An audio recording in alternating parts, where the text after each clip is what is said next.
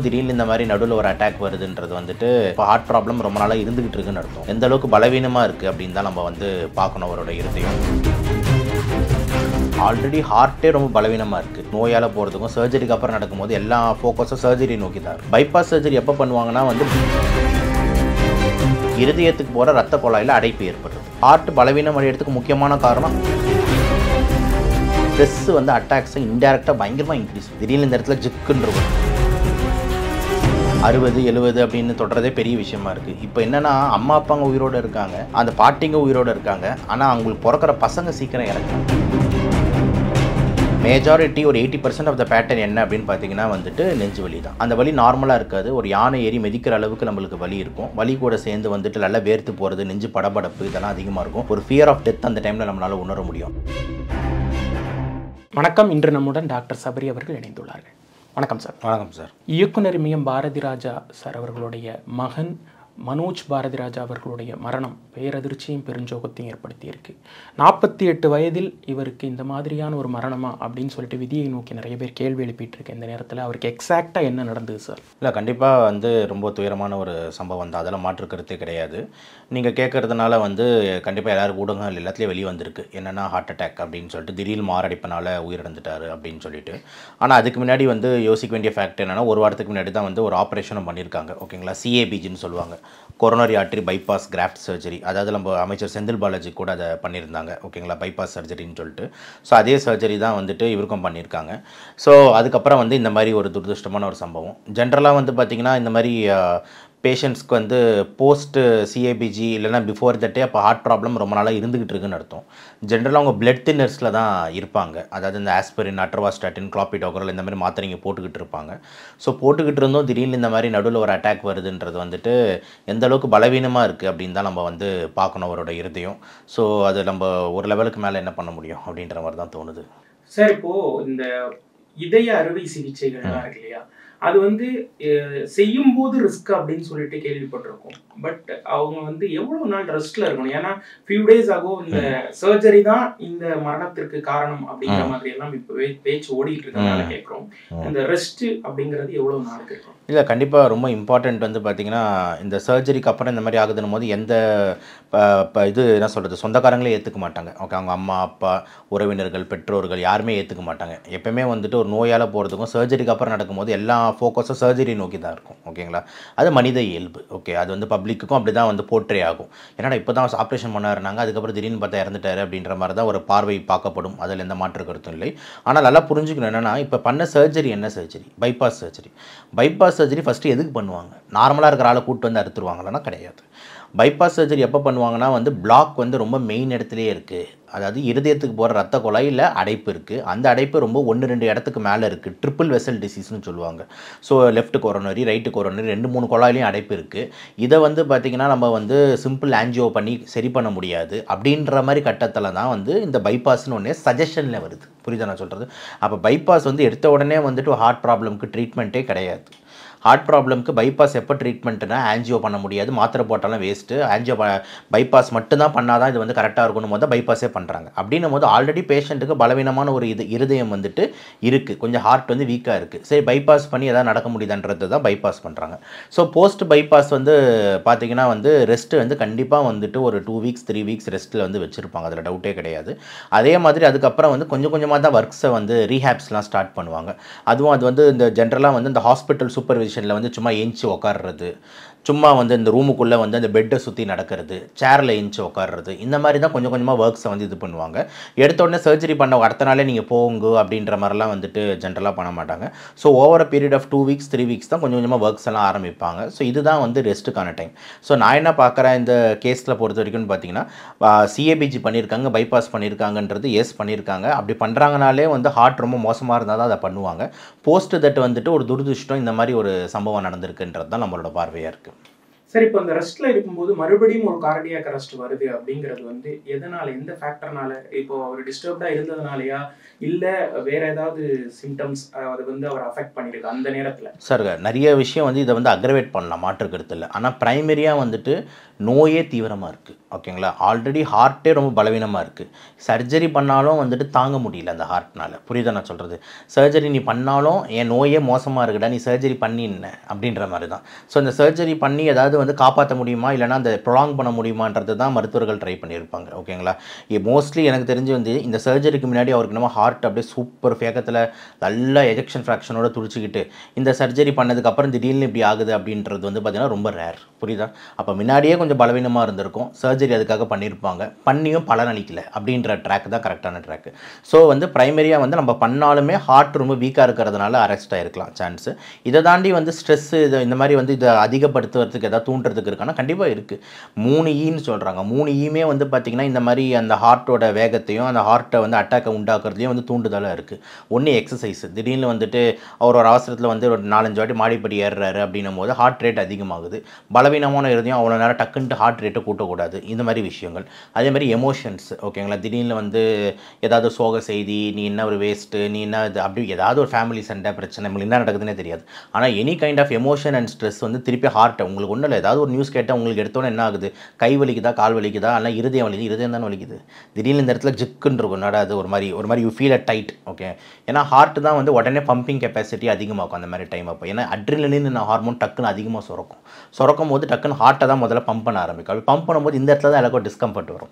எந்த எமோஷன், எந்த நியூஸு, இவங்க இறந்துட்டாங்களா, உங்கள் பாட்டி இறந்துட்டாங்களா, இது எது இருந்தாலும் ஒன்று ஒரு மாதிரி ஃபீல். இது ஒன்றும் இல்லை, எக்ஸாம் எழுதுறதுக்கு 10th எக்ஸாம் எனக்கே எதெல்லாம் 12th எக்ஸாம் எழுதுறதுக்கு அந்த கொஸ்டின் பேப்பர் வரதுக்குள்ளே படபடன்னு அடிக்குது. ஓகேங்களா. ஏன்னா அதுதான் அட்ரினலின் பண்ணுற வேலை.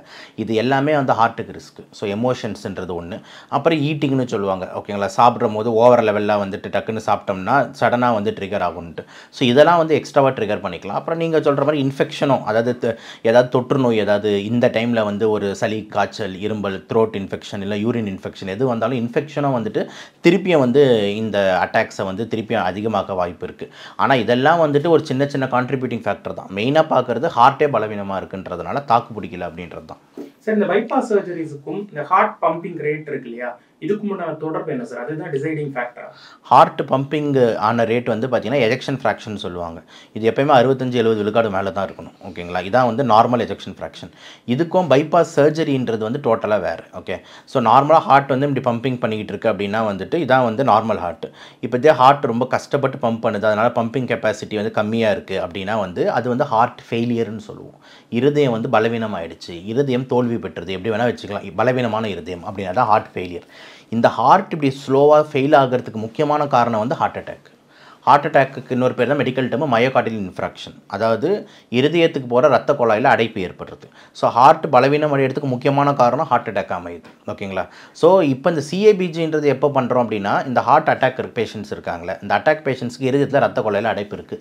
நிறைய இடத்துல அடைப்பு இருந்ததுன்னா அப்போ வந்து ஒன்னொரு இடத்துல ஆன்ஜியோ பண்ண முடியாது. அப்போ அந்த இடத்துல தான் பைபாஸ்ன்னு சொல்லிட்டு ஒரு சர்ஜரி ஆப்ஷனை வந்து கொண்டு வராங்க. ஸோ சிஏபிஜின்றது அங்கே தான் வருது. ஸோ சிஏபிஜிக்கும் ஃபெயிலியருக்கும் ஏதாவது சம்மந்தம் இருக்கானா கிடையாது. சிஏபிஜியோட ட்ரீட்மெண்ட் வந்து triple vessel disease, attacks multiple இடத்துல இருக்குன்னா அதுக்கு பண்ணுறது சிஏபிஜி. ஃபெயிலியர்ன்றது வந்து பார்த்திங்கன்னா ஹார்ட் வீக் ஆகிடுச்சு, அதுக்கு முக்கியமான காரணம் வந்து பார்த்திங்கன்னா அட்டாக்.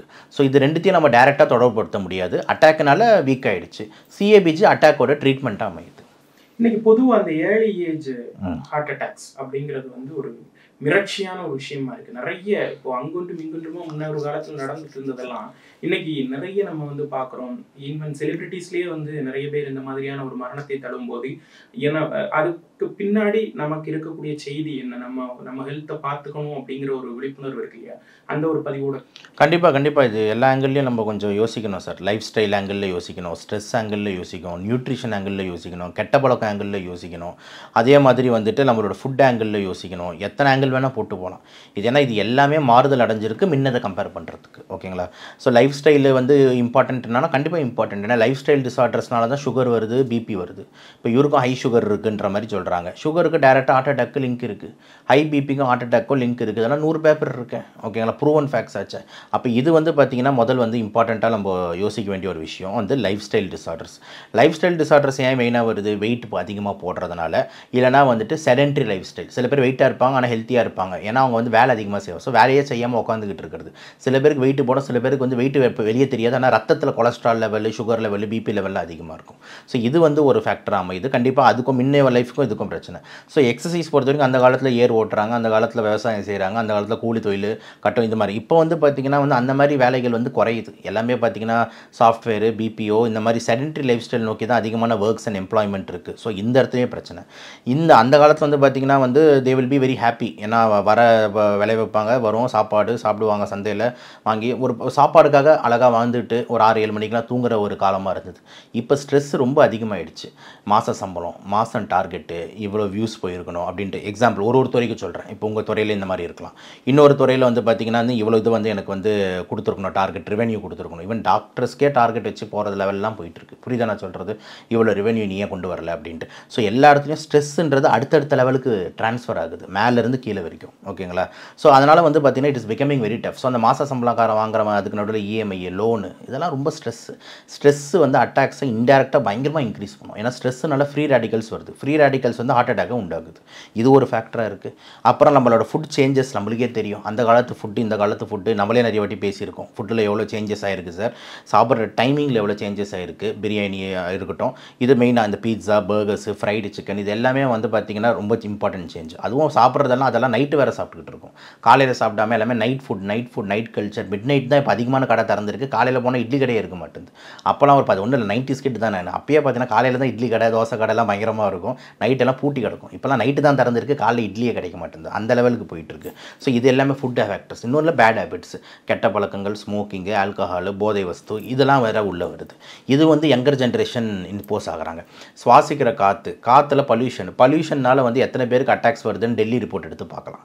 ஸோ எல்லாமே ரிஸ்க் ஃபேக்டராக அமையுது சார். ஸோ இதனால் நான் வந்து இதனால் இதை வந்து மாற்றிக்கோங்க அப்படின்னு குற்றச்சாட்டு சொல்ல முடியாது.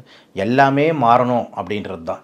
என்னென்னா பாட்டிங்க 100-80 வயசு வரைக்கும் வாழ்ந்தாங்க. ஓகேங்களா? இப்போ அடுத்த அந்த அப்பா ஜென்ரேஷன் வந்து 60-70 அப்படின்னு தொடுறதே பெரிய விஷயமா இருக்குது. இப்போ என்னென்னா அம்மா அப்பாங்க உயிரோடு இருக்காங்க, அந்த பாட்டிங்க உயிரோடு இருக்காங்க, ஆனால் அவங்களுக்கு பிறக்கிற பசங்க சீக்கிரம் இறக்குறாங்க அப்படின்ற ஒரு ஜென்ரேஷனை நோக்கி தள்ளுது. இது வந்து பார்த்திங்கன்னா மனித இனத்துக்கு வந்து ஒரு நல்ல விஷயம், ஒரு நல்ல சைன் கிடையாது. ஏன்னா இப்போ நம்ம இப்போ அடுத்த வர ஜென்ரேஷன் பிறக்கும் போதே இந்த தண்ணி, இந்த சாப்பாடு, இந்த ஃபுட்டு, இந்த லைஃப் ஸ்டைலில் வளரும் போது, ஸ்ட்ரெஸ்ஸில் வளரும் போது ஏன் அவனுக்கு 25 வயசில் 30 வயசுலேயே வந்து இருந்தால் அப்புறம் வந்து நம்மளோட லைஃப் ஸ்பேன் எவ்வளோ குறையுதுன்னு பாருங்கள். ஓகேங்களா? எல்லாருக்கும் வராது, பட் ஆனால் வந்து வர வாய்ப்பு அதிகமாகிட்டே போகுதுல்ல. ஸோ அதனால் வந்துட்டு வி ஹவ் டு திங்க் ஓவர்ன்ற நான். சார், இந்த இன்ஸ்டன்ஸில் ஒருத்தருக்கு வந்து ஹார்ட் அட்டாக் வருது அப்படின்னா அதுலேருந்து தப்பிக்கிறதுக்கான டைம் லிமிட் இருக்கா? முதல் கேள்வி. என்ன மாதிரியான ஒரு சிம்டம்ல இருந்து அந்த அட்டாக் வரும்? எல்லா அட்டாக்கும் ஒரே மாதிரியான பேட்டர்ன்ல நிகழ்கிற மாதிரி இருக்குமா, இல்லை அதுலேயுமே வேரியேஷன்ஸ் இருக்கா? கண்டிப்பாக டைம் லிமிட் அப்படின்னு எடுத்துக்கிட்டிங்கன்னா நீங்கள் வந்து 1/2 மணி நேரம், ஓகேங்களா, மேக்ஸிமம் 1 மணி நேரத்துக்குள்ளே நீங்கள் வந்து பார்த்திங்கன்னா இதுக்கு போய் ஆகணும், ஹாஸ்பிட்டல் ரீச் ஆகிடணும். ஸோ நியரஸ்ட் ஹாஸ்பிட்டல் நம்ம சூஸ் பண்ணி வச்சுக்கோங்க. So that within 1/2 hour to 1 hour. ஏன்னா அதான் கோல்டன் பீரியட்னு சொல்லுவாங்க. ஏன்னா அது கோல்டன் பீரியடுக்குள்ளே நீங்கள் போனீங்கன்னா உடனே உங்களுக்கு த்ராம்போலைசிஸ்னு ஒன்று பண்ணுவாங்க. ஸோ இது வந்து பார்த்திங்கன்னா நீங்கள் கேட்ட முதல் கேள்வி. ரெண்டாவது வந்து அறிகுறிகள் நம்மோது ப்ரிடாமினெண்ட்டாக ஒரே பேட்டர்ன்லாம் இருக்கவே இருக்காது. ஓகேங்களா? பேட்டர்ன் மாறலாம், ஆனால் மேஜாரிட்டி ஒரு 80% ஆஃப் த பேட்டர்ன் என்ன அப்படின்னு பார்த்தீங்கன்னா வந்துட்டு நெஞ்சு வலி தான். ஸோ நெஞ்சு வலி சென்டர் இந்த பாயிண்ட், அதாவது சென்டரில் இருக்கும். அந்த நெஞ்சு வலி வந்து லெஃப்ட்டோ ரைட்டோ மேலேயோ கீழே எந்த டேரெக்ஷனில் வேணாலும் பரவலாம். அந்த வலி நார்மலாக இருக்காது. ஒரு யானை ஏறி மிதிக்கிற அளவுக்கு நம்மளுக்கு வலி இருக்கும். வலி கூட சேர்ந்து வந்துட்டு நல்லா வேர்த்து போகிறது, நெஞ்சு படபடப்பு, இதெல்லாம் அதிகமாக இருக்கும். ஒரு ஃபியர் ஆஃப் டெத் அந்த டைமில் நம்மளால் உணர முடியும். அந்த அளவுக்கு ஒரு வலி எக்ஸ்க்ரூஷியேட்டிங் பெயினாக இருக்கும். இது வந்து கிளாசிக்கலான ஒரு பேட்டர்ன். இதான் 80%. ரொம்ப ரேராக வலியே வராமல் சில நேரத்தில் வெறும் மயக்கம் மட்டும் வந்து படபடப்பு வந்து மூச்சு வாங்கி கூட நிறைய டைம் அட்டாக்ஸ் ப்ரெசென்ட் ஆகுது. இதெல்லாம் ஆன்ஜினா ஈக்விவேலண்ட்னு சொல்கிறோம். அதாவது நெஞ்சு வலி இல்லாமல் வரக்கூடிய அட்டாக்ஸ். அதே மாதிரி ஒரு சில நேரத்தில் நெஞ்சு வலியே இல்லாமல் எந்த அறிகுறி இல்லாமல் திடீர்னு டெத்து மட்டுமே ப்ரெசன்டேஷனாக இருக்கலாம். அது மாதிரி தான் சைலண்ட் ஹார்ட் அட்டாக்னு சொல்கிறோம். சைலண்ட் ஹார்ட் அட்டாக்கு முக்கியமான காரணம் வந்து பார்த்திங்கன்னா இந்த அன்கண்ட்ரோல் சுகர் பேஷண்ட். அவனுக்கு அந்த நரம்பெல்லாம் தளர்ச்சி ஆகிடுது. அப்போ வலின்றது அவனுக்கு பெருசாக தெரிய மாட்டேங்குது. ஸோ அந்த மாதிரி பேஷண்ட்ஸ்க்கு வந்து சைலண்ட் ஹார்ட் அட்டாக்ஸ் கூட வருது. ஸோ இந்த மாதிரி பேட்டர்ன்ஸ் எப்படி வேணால் மாறலாம். ஆனால் 80% ஆஃப் த பேட்டர்ன் நான் சொன்ன மாதிரி அந்த எக்ஸ்க்ரூஷியேட்டிங் செஸ்ட் பெயின் தான் வந்து மெயினான ஒரு விஷயமா இருக்குது.